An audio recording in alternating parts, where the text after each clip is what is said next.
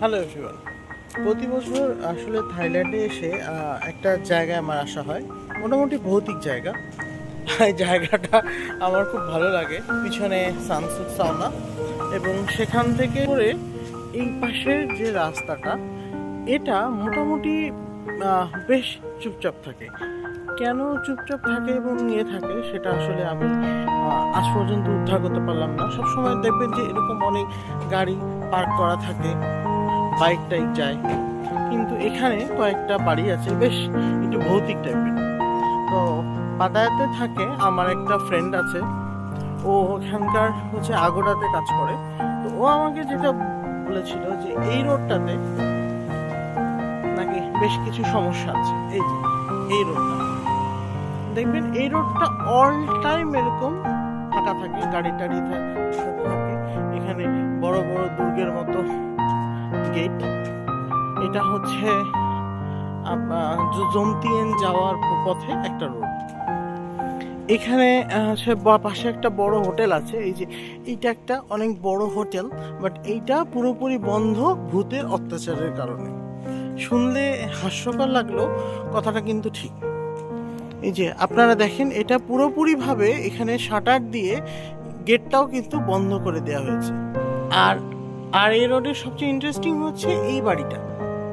দেখেন, দেখতে অনেকটা মানে ইসলামিক বা এই টাইপের একটা কিছু, বাড়ির নাম আল মদিনা। এই বাড়িটা এত বড় একটা কিছু, আমি প্রায় 4 বছর ধরে এই রোড দিয়ে বিভিন্ন সময় আসা যাওয়া করি। কোনোদিন আমি এই বাড়িতে কখনো লাইট জ্বলতে দেখিনি। এবং এখানে দেখবেন যে এরকম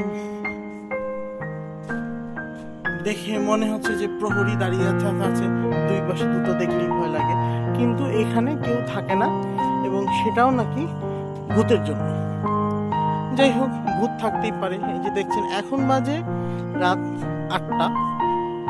মানে পাতার অন্যতম ব্যস্ততম একটা জায়গা হলো এই রাস্তায় খুবই মানুষজন কম কম থাকে। যাই হোক, যেহেতু আমি সানসুক সাউনাতে আসি, যার কারণে আমাকে এই রোডটা দিয়ে যাতায়াত করতে হয়, একটু কাছাকাছি হয় এবং মজাও লাগে, একটা ভয় ভয় মানে একটা ভাব থাকে। সেই সাথে এটা দেখেন আরেকটা, এটা সেই রোডে সীমান্তারা হোটেল। এই হোটেলটা পুরোপুরি বন্ধ করে দেওয়া হয়েছে, কোনো লোক নাকি এখানে থাকতে পারে না। এখন কি জন্য, কি কারণে, সেটাও মানে বুঝতেই পারছেন। সো এরকম হয়। মালয়েশিয়াতে যখন আমি ছিলাম, মানে সরি গিয়েছিলাম 2বার, ওখানে হাংতুয়া বলে একটা জায়গা আছে।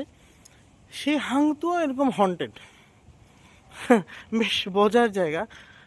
হাংতুয়াতে অনেক মানে অনেকে আবার পুজো করেন ভূতদের থেকে ভালো থাকার জন্য। এনিওয়ে, আর এই যে এই বাড়িটা আমি দেখেছি আজ পর্যন্ত যতদিন, কোনোদিন আমি এখানে লাইট জ্বলতে দেখিনি। যাই হোক, ভালো থাকবেন সবাই। একটু উপরের দিকে উঠছি, এই জন্য হাঁপাচ্ছি। কথা হবে আবার অন্য কোনো ব্লগে।